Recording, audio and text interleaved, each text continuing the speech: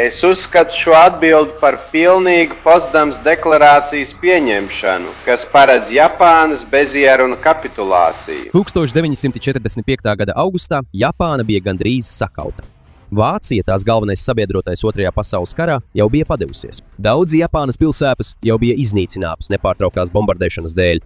Bija pārtraukta arī daudz pārtikas, naftas, ieroču un citu militāri nepieciešamo resursu piegāde. Taču Japānas militāro spēku galvenie līderi joprojām nevēlējās padoties. Viņi bija gatavi aizstāvēt pašas Japānas salas, pat ja tajā varētu iet bojā ļoti daudz karavīru un civiliedzīvotāju. Šeit sākās viens no lielākajiem jautājumiem vēsturē. Kas patiesībā pamudināja Japānu kapitulēt? 2 atombumbas, ko nomet Amerikas Savienotās valstis, vai pēkšņā Padomju Savienības iesaistīšanās karā? Vēsturnieki par to joprojām strīdas. Daži apgalvo, ka atombumbas bija galvenais iemesls.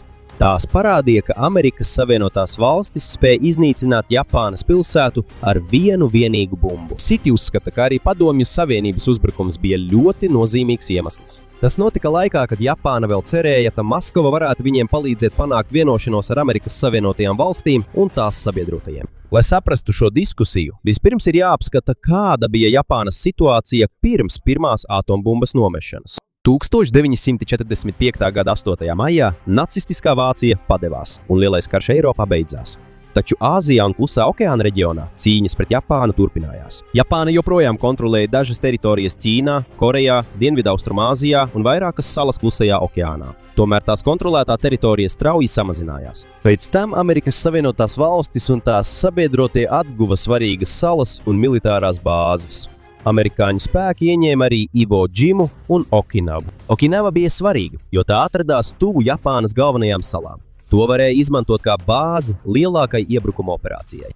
Tāpēc Japānas vadītāji saprata, ka viņu valstī var tieši iebrukt. Tomēr viņi gatavojās spēcīgai aizsardzībai. Viņi savāca karavīrus, lidmašīnas, ieročus un pat civiliedzīvotājus, kuri varētu palīdzēt cīņā. Viņa plāns bija padarīt iebrukumu Japānā ienaidniekam ļoti dārgu dzīvību ziņā.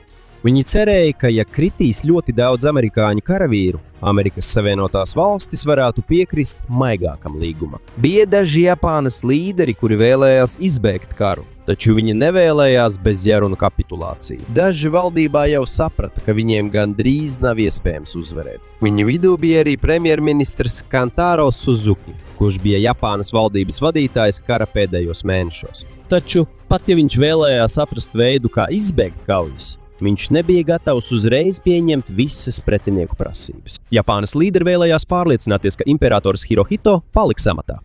Hirohito bija imperators un valsts simboliskais vadītājs. Daudziem Japāņiem tajā laikā viņš nebija tikai parasts karavs vai politisks līderis. Cilvēki viņu ļoti dziļi cienīja un bija viņam uzticīgi. Tāpēc Japānai vārdi bezierunu kapitulācija bija liela problēma. Tas nozīmēja, ka viņi padotos bez jebkādām garantijām par to, kas notiks ar imperatoru, valdību un viņu militāriem līderiem.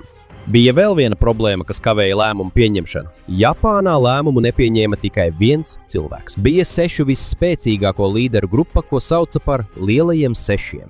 Šajā grupā ietilpa premjerministrs, ārlietu ministrs, kara ministrs, jūras spēku ministrs un augstākie armijas un jūras spēku līderi. Grupa bija sašķelta. Daži vēlējās atrast ceļu uz mieru, savukārt militārie līderi vēlējās turpināt cīņu, līdz pretinieki piedāvās labākus nosacījumus. Tā kā viņi bija sašķelti, bija grūti pieņemt skaidru un ātru lēmumu. Tikmēr Japāna mēģināja lūgt palīdzību Padomju Savienībai. Tajā laikā Padomju Savienība vēl nebija tieši iesaistījusies karā ar Japānu. Tokija cerēja, ka Maskava varētu kļūt par starpnieku sarunās ar Amerikas Savienotajām valstīm un Lielbritāniju. Taču Japānas līderi nezināja, ka Padomju Savienībai jau bija iepriekšēja vienošanās ar saviem sabiedrotajiem. Jaltas konferencē 1945. gada februārī padomju līderis Josifs Staļins apsolīja, ka pievienosies karam pret Japānu. Dažus mēnešus pēc tam, kad Vācija tika sakauta. Apmaiņā pret to Padomju Savienība cerēja iegūt lielāku ietekmi Mandžūrijā un iegūt Dienvidsahalīnu un Kurilu salas. Tas nozīmē, ka kamēr Japāna cerēja, ka Staļins viņiem palīdzēs miera sarunās, padomju militārie spēki slepeni gatavojās uzbrukt viņu spēkiem Āzijā. 1945. gada jūlijā galvenie sabiedroto līderi sapulcējās Potsdamā, netālu no Berlīnes.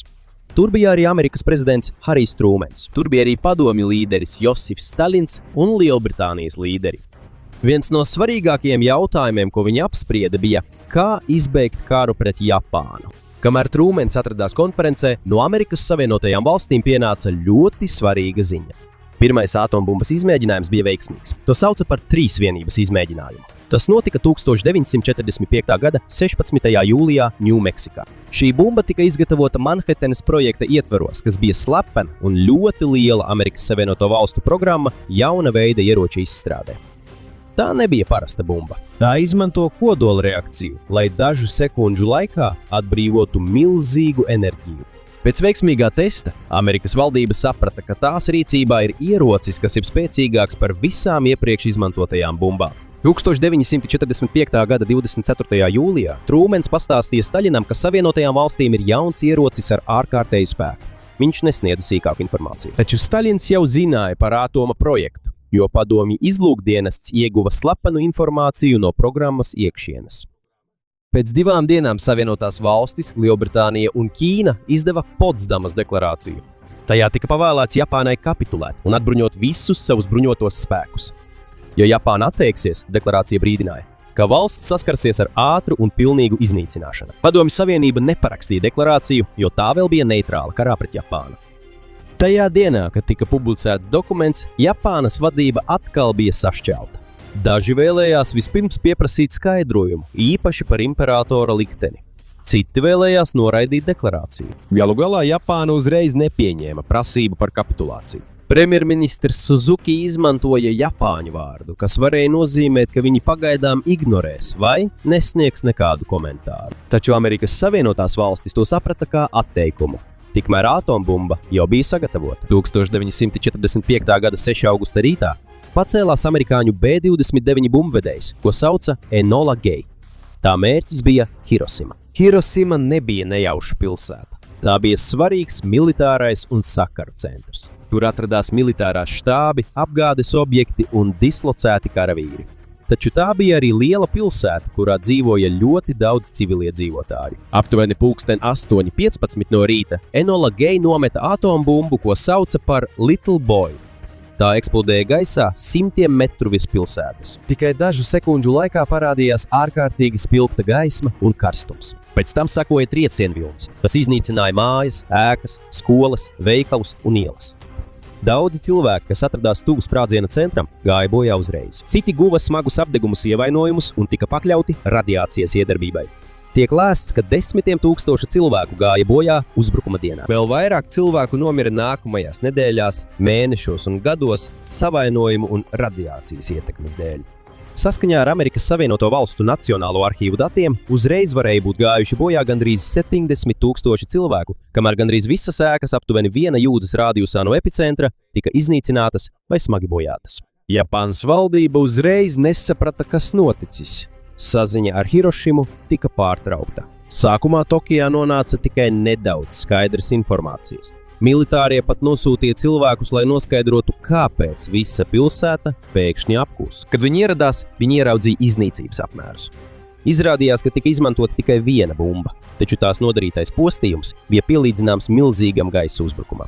Pēc sprādziena prezidents Trūmens paziņoja, ka Hirošimā tika izmantota atombumba. Viņš teica, ka Japānai jau tika dota iespēja padoties ar Potsdamas deklarācijas starpniecību. Viņš arī brīdināja, ka varētu sekot vēl vairāk uzbrukumu, ja Japānas valdība turpinās atteikties. Taču pat pēc Hirošimas iznīcināšanas Japāna uzreiz nepadodās. Tās galvenie līderi joprojām nespēja vienoties. Daži joprojām uzskatīja, ka karš ir jāturpina. Un kamēr viņi apsprieda, kā reaģēt uz ieroci, kuru viņi vēl pilnībā nesaprata, vēl viena milzīga briesma tuvojās. Valsts, no kuras viņi cerēja saņemt palīdzību miera sarunās, gatavojās iesaistīties karā pret viņiem. 3 dienas pēc Hirosimas iznīcināšanas Japānu vienlaikus skāra 2 jauni triecieni. Viens no tiem bija vēl viena atombumba. Otrs bija Padomju Savienības iesaistīšanās karā. 1945. gada 8. augustā Naotake Sato, Japānas vēstnieks Maskavā, devās lūgt palīdzību miera sarunām. Taču Padomju Savienības ārlietu ministrs Vjačeslavs Molotovs viņam palīdzību nesniedza. Tā vietā Molotovs paziņoja, ka Padomju Savienība drīz pieteiks karu Japānai. Tas bija liels trieciens Japānas valdībai. Padomju Savienība bija pēdējā valsts, no kuras viņi cerēja uz starpniecību sarunās ar Amerikas Savienotajām valstīm. Tagad šis plāns bija pilnībā izgāzies. Viņu cerētais starpnieks tagad bija kļuvis par viņu ienaidnieku. Līdz 9. augustam vairāk nekā 1 miljons padomju karavīru iebruka Mandžūrijā, lielā Ķīnas teritorijā, ko tolaik kontrolēja Japāna. Tur atradās Kvantūnas armija, Japānas lielais spēks, kas bija izvietots Mandžūrijā. Padomju spēki vienlaikus uzbruka no dažādiem virzieniem, izmantojot tankus, artilēriju, lidmašīnas un ātras kājnieku vienības. Kvantūnas armija nespēja viņus apturēt. Daudzi no tās labākajiem karavīriem un aprīkojumu jau bija pārvietoti uz citām vietām pirms uzbrukuma sākuma. Tāpēc padomju spēki ātri izsita viņu aizsardzību. Mandžūrija bija ļoti svarīga Japānai, jo tur atradās daudz karavīru, militāro bāzu, rūpnīcu, dzelzceļu un apgādes līdzekļu. Ja Japāna to zaudētu, tā zaudētu lielu teritoriju un spēkus, kurus vēl varētu izmantot. Japānas vadītājiem bija vēl viena lieta, no kuras viņi baidījās. Ja padomju uzbrukums turpināsies, viņu armija varētu sasniegt arī Koreju un Japānas ziemeļu daļu. Tas nozīmē, ka Japāna varētu sadalīt un okupēt dažādas valstis, tāpat kā tas notika ar Vāciju. Tajā pašā dienā sanāca kopā Japānas vadošie līderi. Viņi joprojām bija dalīgi savos lēmumos. Civilie līderi, tostarp ārlietu ministrs Shigenori Togo, bija gatavi pieņemt Potsdamas deklarāciju, ja vien imperators Hirohito varētu palikt amatā. Taču lielākā daļa militāro līderu izvirzīja stingrākas prasības. Viņi nevēlējās, lai Japānu okupē ārvalstu karaspēks. Viņi vēlējās, lai Japāna pati atbruņotu savu armiju. Viņi arī vēlējās, lai Japānas varas iestādes pašas tiesātu aizdomās turētos kara noziedzniekus. Vienkārši sakot, viņi vēlējās izbeigt karu, bet nevēlējās atdot pilnīgu kontroli pār Japānu ienaidniekiem. Kamēr viņi nevarēja vienoties, pienāca vēl viena ziņa. 9. augustā amerikāņu B-29 bumbvedējs ar nosaukumu Boxcar nometa atombumbu, ko sauca par Fat Man, uz Nagasaki. Sākotnēji mērķis bija Kokura, taču to aizsedza mākoņi un dūmi. Tāpēc bumbvedējs devās uz Nagasaki. Bumba eksplodēja virs pilsētas. Tiek lēsts, ka uzreiz gāja bojā apmēram 35,000 līdz 40,000 cilvēku. Un neilgi pēc sprādziena vēl tūkstošiem cilvēku nomira vēlāk no ievainojumiem, apdegumiem un radiācijas. Tikai dažu dienu laikā tika iznīcinātas 2 pilsētas. Tajā pašā laikā Padomju Savienība strauji uzbruka Japānas spēkiem Mandžūrijā. Taču pat šādā smagā situācijā galveno līderu balsojums joprojām bija neizšķirts. Tā kā viņi nevarēja pieņemt lēmumu, viņi lūdza imperatora Hirohito lēmumu. Tas notika ļoti reti. Parasti imperators tieši neiejaucās šāda veida debatēs, taču šoreiz viņš paziņoja, ka karam ir jābeidzas. Viņš uzskatīja, ka ja karš turpināsies, visa valsts tiks iznīcināta un vēl vairāk iedzīvotāji mirs. Viņš piekrita pieņemt Potsdamas deklarāciju ar vienu nosacījumu. Viņa imperatora amats nedrīkst tikt atcelts. 1945. gada 10. augustā Japāna nosūtīja šo piedāvājumu Amerikas Savienotajām valstīm un tās sabiedrotajiem. Viņi nesniedza tiešu garantiju, ka imperatora pilnvaras pilnībā tiks saglabātas. Viņi teica, ka no padošanās brīža imperators un Japānas valdība būs pakļauti sabiedroto komandiera varā. Viņi arī teica, ka Japānas valdība būs atkarīga no Japānas tautas gribas. Praktiski pēc kara Hirohito palika par imperatoru, taču viņš vairs nekontrolēja armiju un valdību. Viņš kļuva par simbolisku vadītāju saskaņā ar Japānas jauno sistēmu. Daži militārie virsnieki joprojām nepieņēma kapitulāciju. Naktī pirms paziņojuma daži jauni virsnieki mēģināja apturēt imperatora vēstījumu. Viņi iegāja imperatora pilī un meklēja viņa kapitulācijas runas ierakstu. Viņi cerēja to iznīcināt un turpināt karu. Taču viņu apvērsums cieta neveiksmi. 15. augustā daudzi japāņi pirmo reizi dzirdēja imperatora Hirohito balsi pa radio.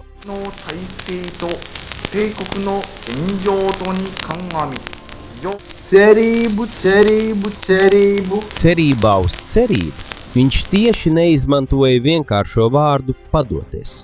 Bet vēstījums bija skaidrs. Japāna pieņems pretinieku prasības un izbeigs karu. 1945. gada 2. septembrī Japānas pārstāvji parakstīja oficiālo kapitulācijas aktu uz kuģa USS Missouri Tokijas līcī. Tur formāli beidzās Otrais pasaules karš, taču joprojām paliek lielais jautājums. Kāpēc Amerikas Savienotās Valstis izvēlējās izmantot atombumbu? Galvenais Amerikas valdības skaidrojums bija vienkāršs. Tā vēlējās ātri izbeigt karu un izvairīties no milzīgas iebrukuma operācijas Japānā. Pirms atombumba vēl bija gatava, Amerikas militārie spēki jau izstrādāja plānu, lai iebruktu Japānas galvenajās salās. Kopējo plānu sauca par operāciju Downfall. Tam bija divas lielas daļas.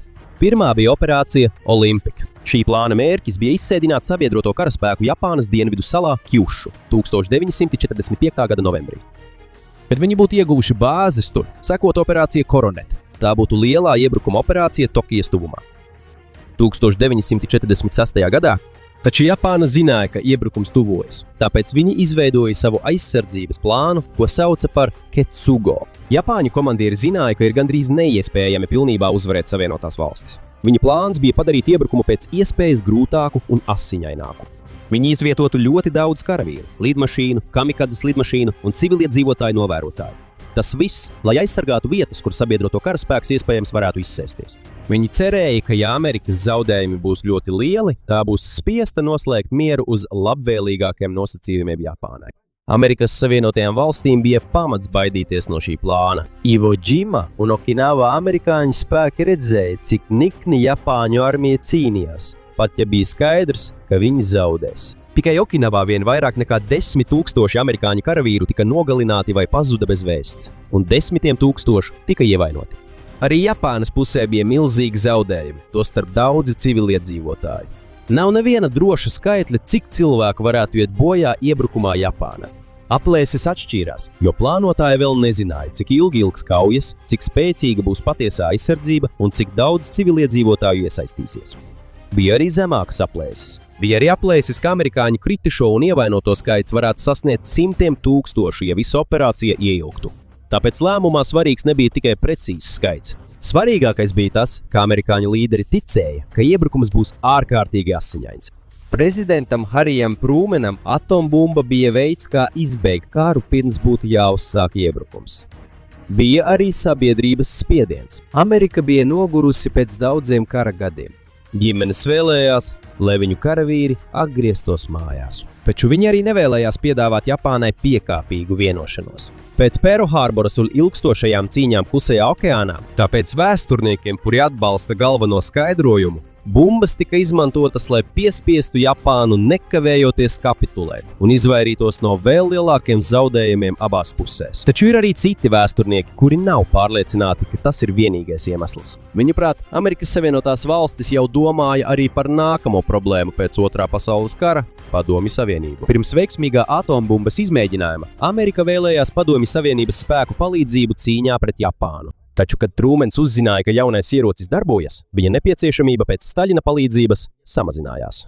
Ja Japāna kapitulēs, pirms Padomju Savienība iegūs lielu daļu no Āzijas, Maskavas ietekme pēc kara būs mazāka. Tāpēc daži vēsturnieki apgalvo, ka atombumba nebija tikai ierocis pret Japānu. Tas bija arī veids, kā parādīt Padomju Savienībai Amerikas Savienoto valstu jauno varu. Taču nepietiek arī teikt, ka bumba tika izmantota tikai, lai zastrēdētu Maskavu. Tajā laikā karš vēl turpinājās. Japāna vēl nebija padevusies. Amerikas militārie spēki joprojām plānoja iebrukumu, un Amerikas Savienotās valstis arī nebija pārliecinātas, vai ar vienu atombumbu pietiks, lai piespiestu Japānas vadību. Tāpēc īstais iemesls ir daudz sarežģītāks. Amerika vēlējās, lai karš beigtos pēc iespējas ātrāk. Tā vēlējās izvairīties no iebrukuma. Un vienlaikus tā jau domāja par to, kam būs vara Āzijā, kad Japāna būs pilnībā sakauta. Taču, lai noskaidrotu, kurš bija galvenais iemesls kapitulācijai, ir jāskatās ne tikai uz to, ko domāja Amerikas Savienotās valstis. Ir jāskatās, kas tieši bija tas, no kā Japānas līderi visvairāk baidījās.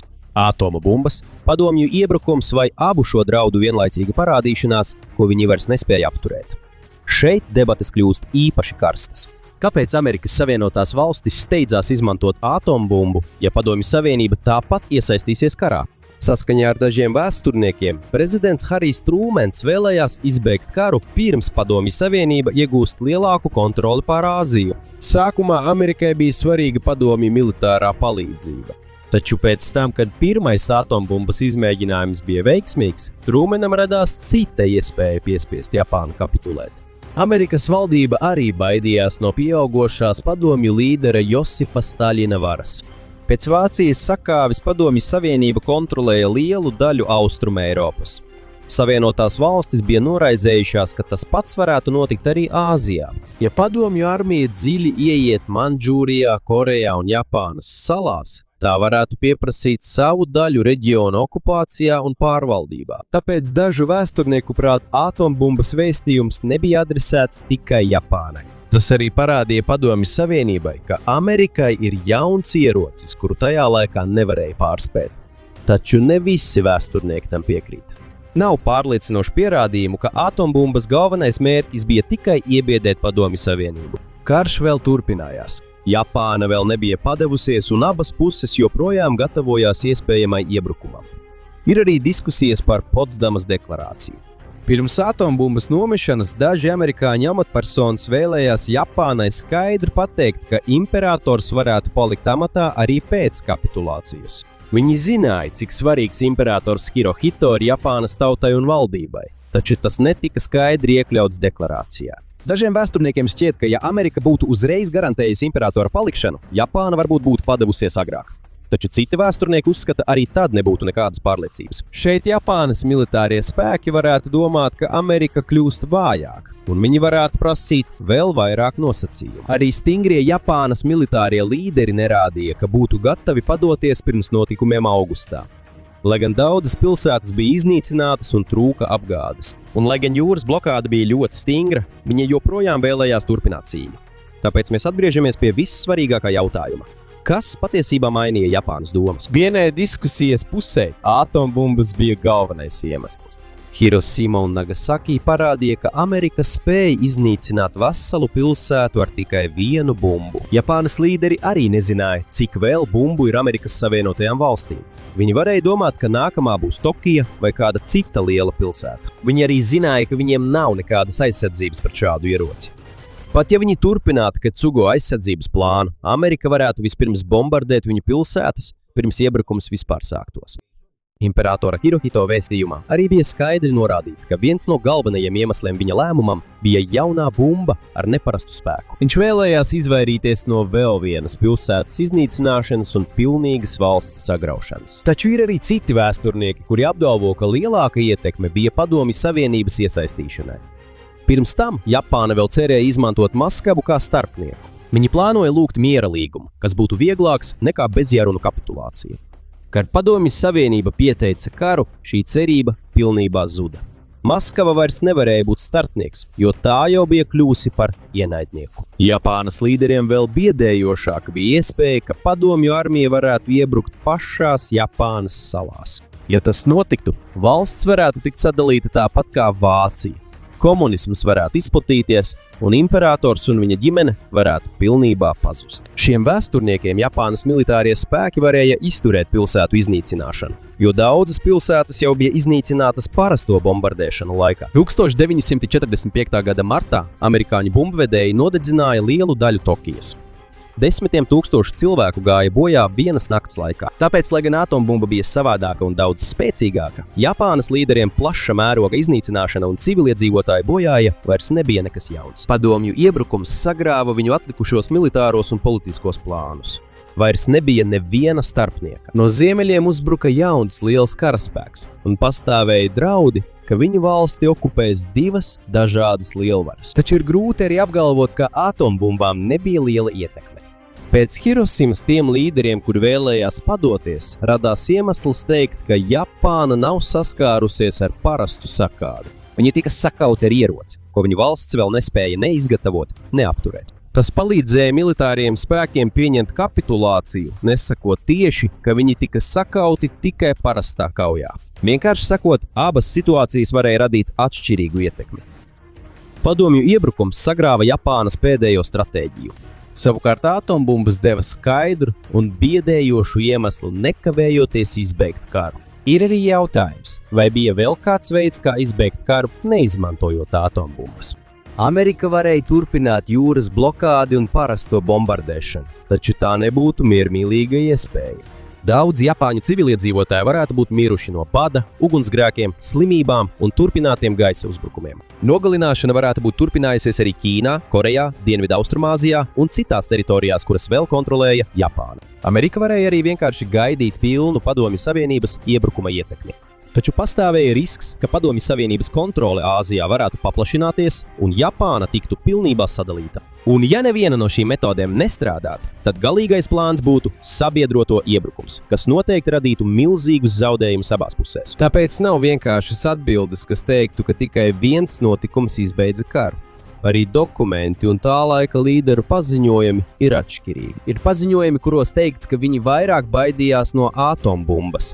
Citi saka, ka lielāks šoks bija Padomju Savienības iebrukums.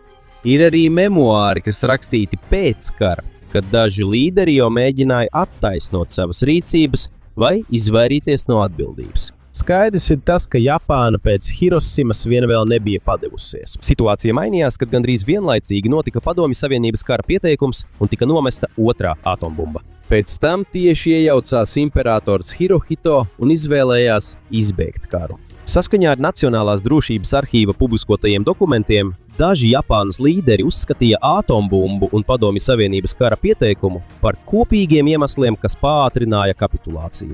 Tāpēc jautājums nav tikai par to, vai tā bija atombumba vai padomju iebrukums. Precīzāk būtu jautāt, kā abi šie notikumi vienlaikus iznīcināja visas aplikušās Japānas cerības. Atombumba parādīja, ka viņa pilsētas var tikt pilnībā iznīcinātas. Savukārt Padomju Savienības iebrukums parādīja, ka vairs nav nevienas valsts, kas varētu starpniekot, un nav vairs droša virziena, kurā varētu aizbēgt. 1945. gada augustā Japānai aizvērās ne tikai vienas durvis. Visas durvis aizvērās vienlaikus, un kad 1945. gada 2. septembrī tika oficiāli parakstīta kapitulācija, Otrā pasaules kara beidzās, taču sākās diskusija, kas joprojām ir dzīva līdz pat šai dienai.